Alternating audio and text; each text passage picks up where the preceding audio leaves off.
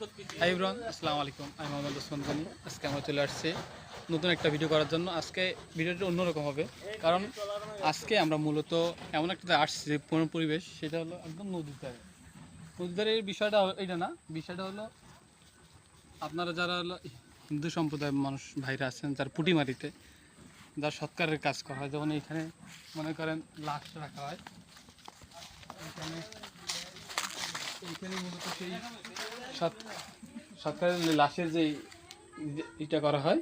হ্যাঁ, তারপরে আস্তে আস্তে আস্তে আস্তে কাজ করে, তারপরে এখানে যত রকম কার্যক্রম করে লাশ পুরানোর। হ্যাঁ, তারপরে এই যে এই দেখ এইখানে কেওড়া গাছ আছে নদীর পাড়ে, একদম এই যে ছোটোখাটো একটা খালের মতনই নদীর সাথে সংযোগ।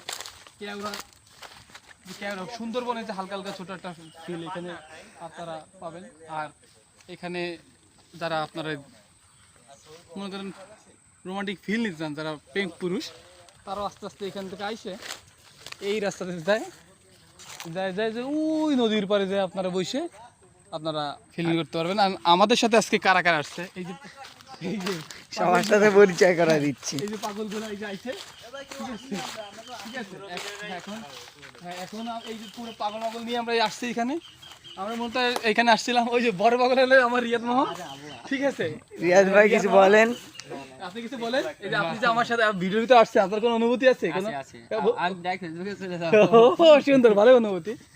এই যে আছে, তোমার কোনো অনুভূতি আছে যে তুমি যে তোমার আজকে নিয়ে আসছি সৎকার করে? তুমি যে সত্যি দাও, ওই যে চুরি করে। আমি ভাবতেছি রিয়াদের দাদারে এই জায়গায় সৎকার করাবো, তার মৃত্যুবরণ করলে।